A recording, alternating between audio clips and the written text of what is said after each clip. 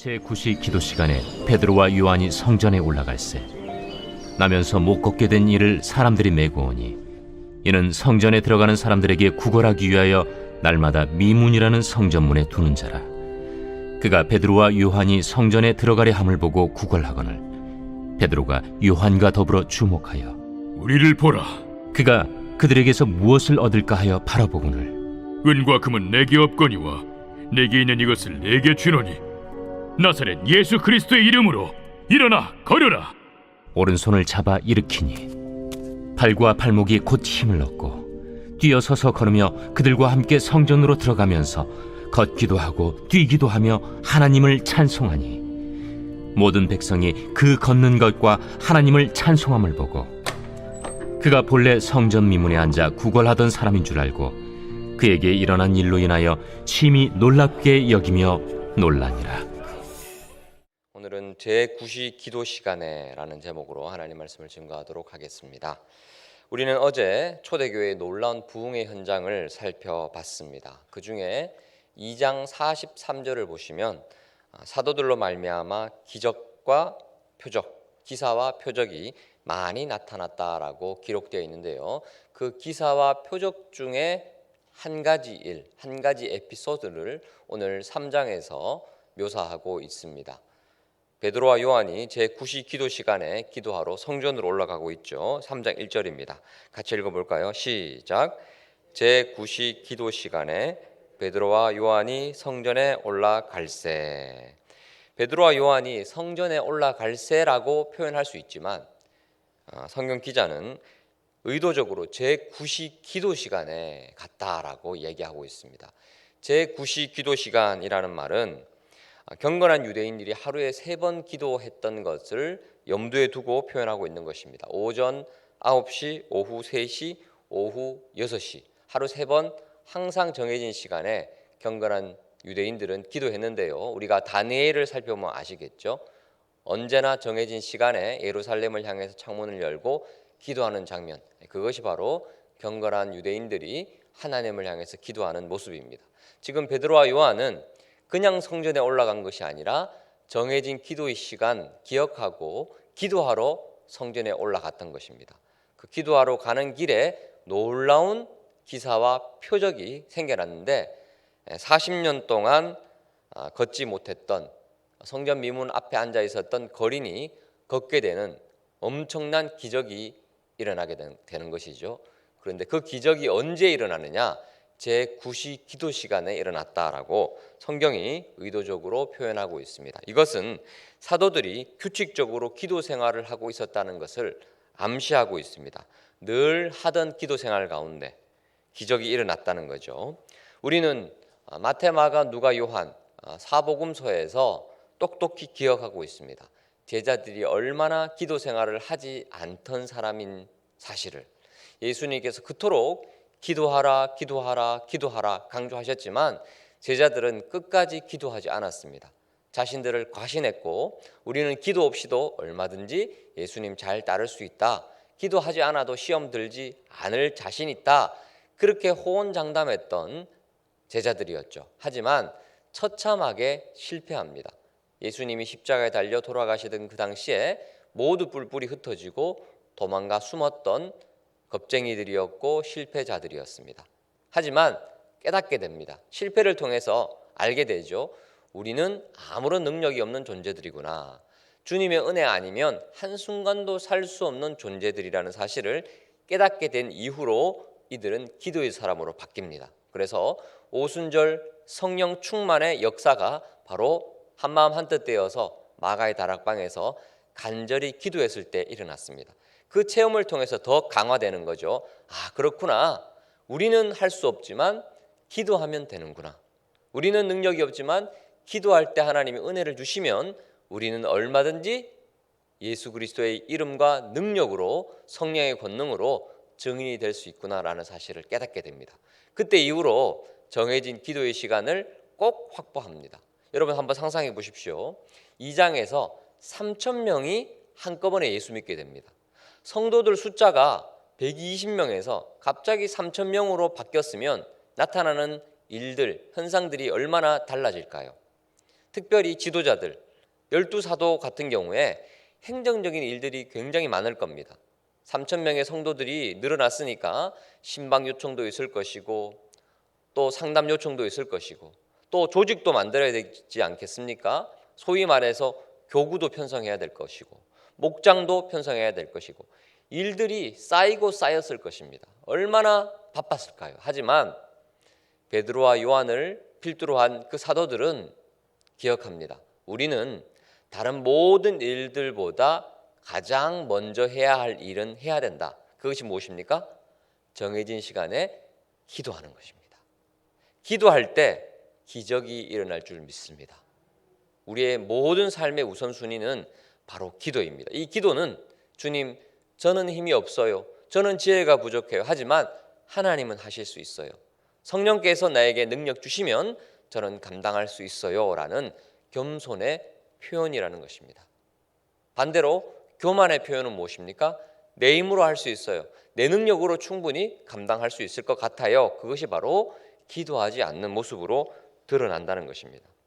사도행전은 누가가 기록했죠. 누가복음과 사도행전은 그래서 연결해서 보셔야 되는데 누가복음도 마찬가지입니다. 예수님의 치유와 회복과 기적은 언제나 예수님께서 따로 한적한 곳에서 기도하신 이후에 일어납니다. 누가는 의도적으로 그것을 보여주고 있어요. 예수님께서 기도하신 이후에 치유가 일어납니다. 예수님께서 기도하신 이후에 중요한 새로운 사건들이 발생이 됩니다. 사도행전도 마찬가지입니다. 기도했을 때 오순절 성령의 역사가 있었고 또 3장에서 기도했을 때 성전 미문에 있었던 거린이 회복됩니다. 그리고 이후에 10장을 보시면 이방인 선교의 포문을 여는 고넬료 가족이 성령 충만함을 받는 그 역사도 베드로가 정기적인 기도 시간을 갖기 위해서 지붕에 올라서 기도할 때 그 직후에 일어납니다. 그리고 바울의 역사적인 유럽 선교도 마찬가지입니다. 사도행전 16장에 보시면 사도 바울이 마게도냐에서 환상을 보고 빌립보로 건너가죠. 그곳에서 기도처를 알아보다가 기도하러 가다가 누구를 만납니까? 루디아를 만나게 되고 그리고 귀신 들린 여종을 만나게 됩니다. 기도하러 가는 순간에 빌립보 교회가 유럽 최초의 교회가 탄생하게 되는 거죠. 언제나 사도행전은 기도 없이는 아무 일도 일어나지 않는다. 하지만 기도할 때 우리가 기대하지 못했고 상상하지도 못했던 놀라운 하나님의 역사와 기적의 새로운 문이 열어진다라고 강조하고 있는 것입니다. 주 안에 사랑하는 성도 여러분, 우리에게는 능력이 없지만 기도할 때 새 일을 하나님이 이루어 주실 줄 믿습니다. 우리의 가정 가운데, 우리 교회 가운데, 우리 개인의 앞길 가운데 기도할 때 시온의 대로가 열릴 줄 믿습니다. 자, 기도하러 올라갈 때 누구를 만나죠? 자, 3장 2절을 보시면 나면서 못 걷게 된 이를 사람들이 메고 옵니다. 이는 성전에 들어가는 사람들에게 구걸하기 위하여 날마다 어디에 두죠? 성전 문 앞에 수식어가 성전에 10문이 있습니다. 문이 10개가 있습니다. 이 성소로 들어가는 10개의 문 중에서 은과 금으로 장식된 가장 아름다운 문을 무슨 문이냐 하냐? 미문, 아름다운 미자를 써서 뷰티풀 게이트라고 해서 미문 앞에 둡니다. 왜냐하면 이 문이 가장 화려하고 사람들 왕래가 많기 때문에 여기에서 구걸하면 돈을 그래도 조금 더 많이 벌 수 있기 때문에 이 거린을 미문 앞에 둡니다. 그래서 오랜 시간 동안 이 미문 앞에서 한 푼 줍쇼라고 돈을 요청하는 거죠. 그때 이 성전 앞에 있는 거리는 우리의 모습을 상징합니다. 아름다운 문 앞에 있지만 거린의 인생은 결코 아름답지 못했습니다. 40년 동안 아름답지 못했습니다. 이것이 우리 인생이라는 거죠. 아무리 화려하고 번쩍번쩍 빛나는 은과 금으로 치장된 아름다운 문 앞에 있지만 아름답지 못한 인생, 그 인생이 바로 인간이라는 것입니다. 그리고 40년 동안 걷지 못했다. 이것은 이스라엘 백성들이 40년 동안 광야 생활했던 것을 보여주고 있습니다. 유리방황하던 광야 같은 인생이 바로 우리의 인생 아니겠습니까? 하지만 그 아름다워 보이려고 애를 쓰지만 아름답지 못한 인생이 언제 바뀌어집니까? 언제 고쳐집니까? 은과 금으로 치장된 미문 앞에서도 아니고 은과 금, 동량에서 구걸해서 조금 돈을 벌어서 고쳐지고 아름다워지는 인생이 아니라 어떻게 해요? 자, 3절입니다. 그가 베드로와 요한이 성전에 들어가려 함을 보고 구걸하거늘 4절 베드로가 요한과 더불어 주목하여 이르되 우리를 보라라고 말합니다. 여러분, 베드로와 요한의 표정이 어땠을까요? 거린에게 우리를 한번 봐라라고 얘기합니다. 표정이 지금 베드로와 요한은 은과 금이 없어요. 돈이 없어요. 한 푼도 없어요. 그러면 보통 난처한 표정을 지어야 되지 않겠습니까? 어떡하지? 은과 금이 없는데? 라고 난처해야 되는데 그 난처한 표정이 아닙니다. 자신감 있는 표정입니다. 이 거린이 구하던 은과 금은 없지만 더 좋은 게 있다는 거예요. 얼마나 그 표정이 기쁨으로 환희로 가득 찼을까요? 환하게 웃는 모습으로 뭐라고 말합니까? 5절 그가 그들에게 무엇을 얻을까 하여 바라보는데 6절 같이 읽습니다. 시작.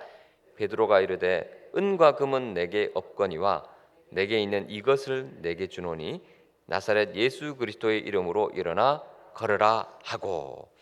나에게는 은과 금은 없다. 네가 바라는 은과 금은 없지만 더 소중하고 너의 삶을 근본적으로 아름답게 바꿔줄 무엇이 있다고요?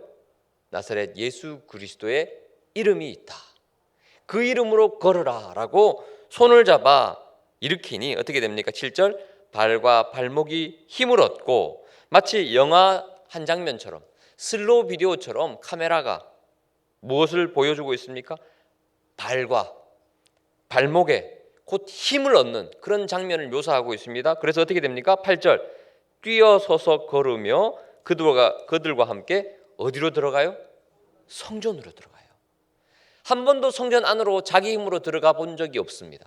왜냐? 날 때부터 이렇게 40년 동안 걷지 못했거든요. 그런데 나사렛 예수 그리스도의 이름을 힘입어 일어나게 됩니다. 그리고 자기 힘으로 발과 발목에 힘을 얻어서 성전 안으로 들어가서 이제 하나님과 동행하는 복된 삶, 걷기도 하고 뛰기도 하며 하나님을 찬송하니 걷는다라는 거죠. 여기서 걷는다라는 말 히브리어로 할라커라고 하는데 그 옛날 에녹이 하나님과 동행하더라. 노아가 하나님과 동행하더라. 그 표현입니다. 이제는 나사렛 예수 그리스도의 이름을 힘입어 걷게 되는데 혼자 걷는 것이 아니라 하나님과 동행하는 인생이 되는 것이죠. 성전 앞에서 아름다운 모습으로 살려고 애를 쓰지만 결코 아름답지 못한 인생이 언제 아름다워집니까? 은과 금이 아니라 나사렛 예수 그리스도의 이름을 가지게 되니까 온전히 복된 인생, 가장 아름답고 찬란한 인생으로 바뀌는 것입니다. 주 안에 사랑하는 성도 여러분, 우리의 삶을 복되게 하는 것은 성전 미문처럼 번쩍번쩍 빛나는 외형이 아닙니다. 은과 금을 가져서 우리의 삶이 아름다워지는 것 아닙니다. 그것은 있으면 좋지만 없다고 해서 비참해지지 않습니다. 우리의 삶을 가장 아름답게 만드는 필수적인 이름, 바로 나사렛 예수 그리스도 이름인 줄 믿습니다. 여러분 가운데 예수의 이름이 있습니까? 그렇다면 복된 인생인 줄 믿습니다. 그렇다면 충분한 줄 믿습니다. 우리가 가지고 있는 그 나사렛 예수 그리스도의 이름을 이 베드로와 요한처럼 자신감 있게 기쁨과 감사한 표정으로 우리 주변에 수많은 헛된 은과 금을 구하는 많은 인생들에게 예수 그리스도 이름을 증거하는 오늘 한 주, 오늘 하루 우리의 복된 삶이 되기를 예수 그리스도 이름으로 축복합니다. 말씀을 기억하면서 기도하도록 하겠습니다. 주님, 은과 금이 우리의 삶을 바꾸는 것이 아니라 바로 예수 그리스도의 이름으로 바꿀 수 있다는 사실을 기억하게 하여 주옵소서. 그리하여 오늘도 베드로와 요한처럼 기도하는 인생 되게 하시고 전도하는, 선교하는 복된 삶 되게 하여 주옵소서. 주의 이름을 크게 한번 부르고 기도합니다.